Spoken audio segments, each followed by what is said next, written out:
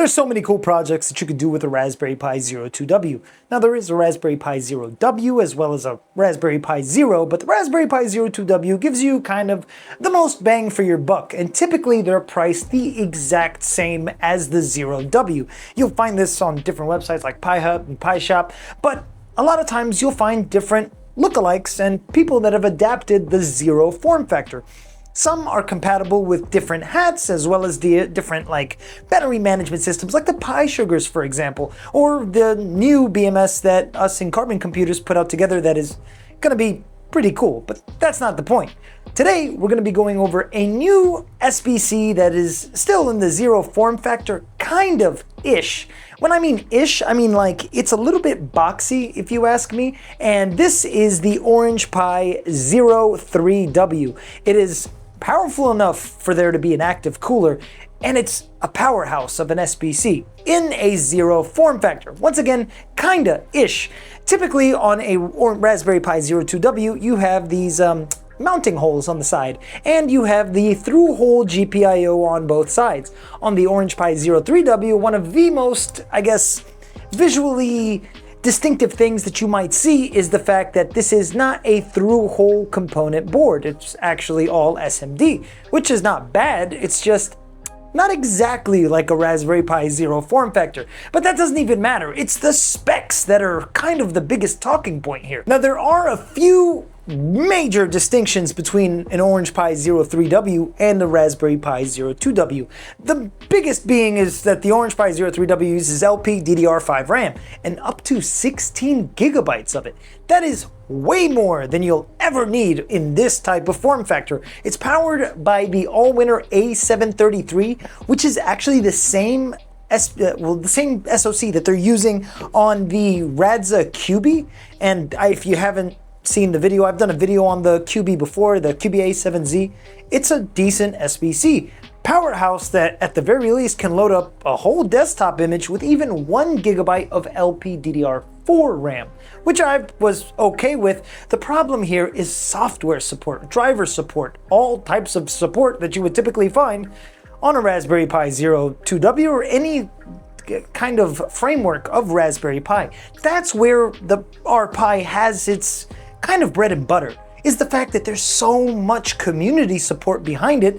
And if only different type of SBC manufacturers like Radxa and OPi and Banana Pi, there's so many different Pi flavors, but I've been a big fan of Orange Pi in particular because at the very least, there's a long list of working images on most of their SBCs, which is a lot more to say than other SBC manufacturers. One thing that's kind of special about this SBC as opposed to other Zero-like SBCs that have kind of existed beforehand is the fact that not only do you have a spot for eMMC, but you also have a spot for UFS. So giving you the kind of convenience of onboard storage as well as some really incredibly fast, useful storage for whatever possible thing that you want to put it on it. But if you choose to add UFS or eMMC, the price does increase dramatically. And with the amount of, I want to say, price gouging that's going on for DDR5, I have simply enjoyed this SBC simply as it is. Now, to show you the comparison between the OPi Zero 3W and some of the other SBCs that are similar to it in form factor, we have the Radxa QB-A7Z, which shares the same footprint and somewhat of the same pinout as the Raspberry Pi Zero 2W. It's also powered by the same SoC as the Orange Pi Zero 3W, which is why I cannot help but be amazed at the fact that this is using DDR5, has much more expandability than the QB-A7Z, and from the jump, it already has a fewer more structured firmware and driver support. A good example of this is if we turn this on its back, we don't have any through holes like we mentioned earlier, and if we turn the QB-A7Z and the Raspberry Pi Zero 2W side by side, you could tell that there's also a footprint for eMMC here on the QB-A7Z, but on the Orange Pi, everything is kind of SMD components. Also, there's an active cooler for this as well, but that's not really that important. It operates just fine, but with this on the Orange Pi Zero 3W, it's a powerhouse. So we kind of really need this active cooler. This antenna right here is for dual band Wi-Fi, which believe it or not, is more decent than you could imagine. Another thing to kind of just point out on the form factor is the OPi03W is really boxy, man. If we take a Raspberry Pi 02W, you can tell that the 02W has rounded edges, while the 03W has these sharp corners, which that's not bad. We have more connectors than we could ever possibly imagine, as well as a PCIe 3.0 ribbon cable connector, which is not existent on the Raspberry Pi the Raspberry Pi 02W, or actually no, it is available on the A7Z. The only difference between these two is the OPi03W is actually better structured, in my opinion, as well as just being a overall rounded SBC. If you get an Orange Pi 03W and you have built-in eMMC, we're talking about 4,800 mega transfers per second. That's actually insanely decent if you ask me.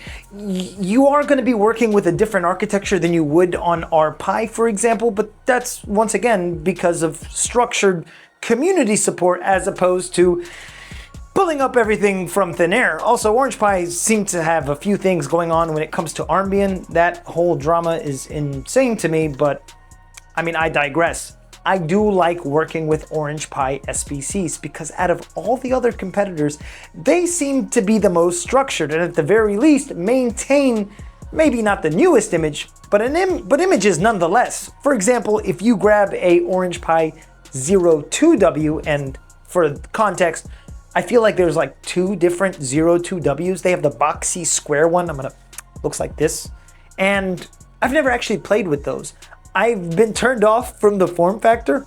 I would love to test it, but you could pretty much get the whole Orange Pi experience with one of these. This actually came from Jesse Hale, from the creator of Halehound. He sent me this in, and it has this little hat for Ethernet and all the capabilities. And he built a system on the Orange Pi 03W, full pen testing system like you would expect from like Ragnar or Ponogachi, for example. And it's called Gremmer. I would love to showcase it on the channel. He kind of just made it and left it, but it's one of like the better, how do I say this? I wish we actually got wind of it because it's actually pretty decent. It's like really, really decent. But that's a whole nother story. The whole point is these type of SBCs can be tricky to work a project around, especially a project within the community. But that doesn't mean it's impossible. Driver support can be annoying, but at the very least with OPi, in particular, you can find some sort of workaround and you have some sort of leeway from other people paving the way before you. I mentioned earlier that other SBCs have used the Allwinner A733 SoC in particular. It's pretty decent, gloating 3 TOPS of power, of AI computing power to say the least. But from the jump with like, let's say the QB, we didn't really have anything other than Radxa OS, which barely worked. From the time of this video, we have Debian, we have Android, we have Ubuntu, and I want to say we have OpenWRT. That's kind of impressive. And I mean impressive, the bar is low here, and we're talking about software support off the jump. I was really excited to get my hands on one of these, but that doesn't mean it's going to be an easy road ahead. There are working images, so at the very least you can have a small project being powered by something actually pretty decent, as well as memory that can outperform a Raspberry Pi. That doesn't mean it's going to outperform it as far as community support, because that's kind of just the key thing here. Having raw power doesn't mean absolute certainty on it performing as some of the more flagship models. But at the very least, I give credit to Orange Pi to working tirelessly to put out standard images that might at the very least work. Now we do have 2 USB-C ports. That's a blessing because I'm so sick of micro USB. I feel like with the coming of the Cardputer Zero, we now have USB-C on a Raspberry Pi ZM0, and I'm okay with that. But we are gonna need a mini HDMI adapter.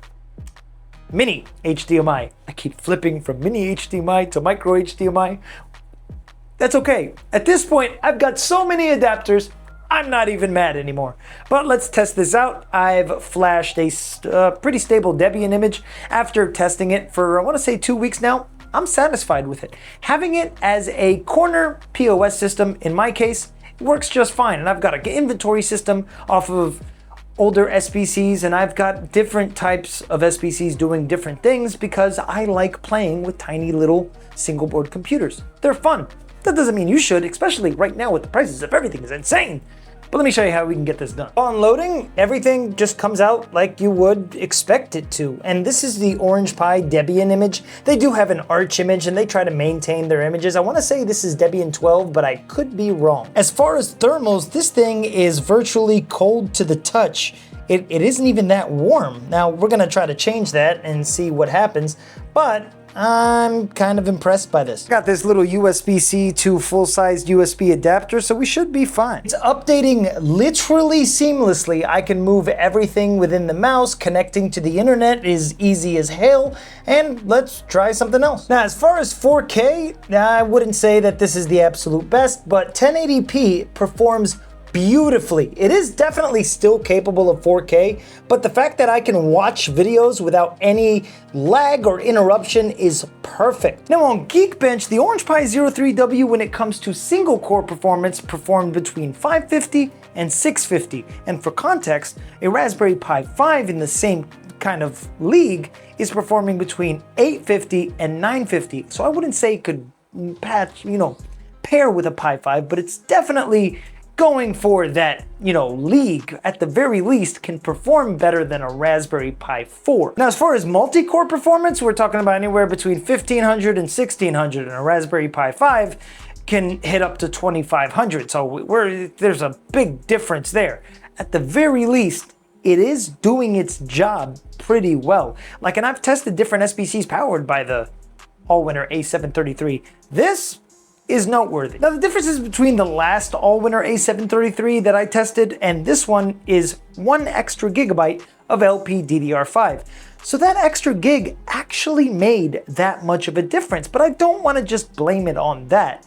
I also want to say that this is a much more stable image for what it is. The fact that Orange Pi goes out of their way to make stable images for their SBCs, I gotta commend them for it. There's also a large community of people who have helped contribute to that, and that's kind of the point.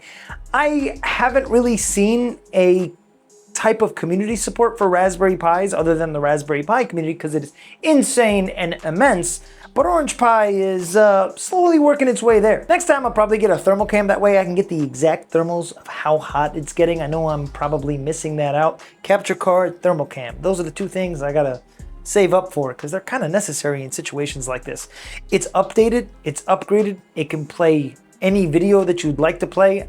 Granted, although it boasts 4K, it'll probably get a little hot and a little laggy in 4K, but that's not really a problem for what I need it for. I want to hook it up to a mini display and probably get a mini terminal going, which is kind of a step in the right direction. Everything that they've been doing, to me, it seems like it's working towards a better goal. More support for smaller SBCs like Zero lookalikes and are definitely playing in a better playing field as well as being better in performance is what I really like to see. And I like when there's compatibility. The form factor kind of drives me crazy, but that's okay because it's pretty decent and makes up for it in performance.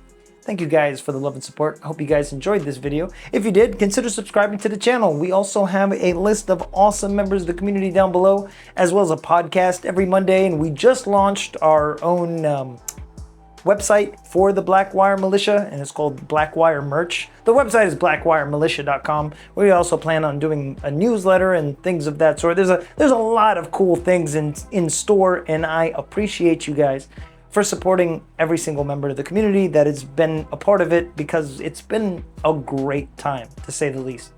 I love you guys. We'll see you next time.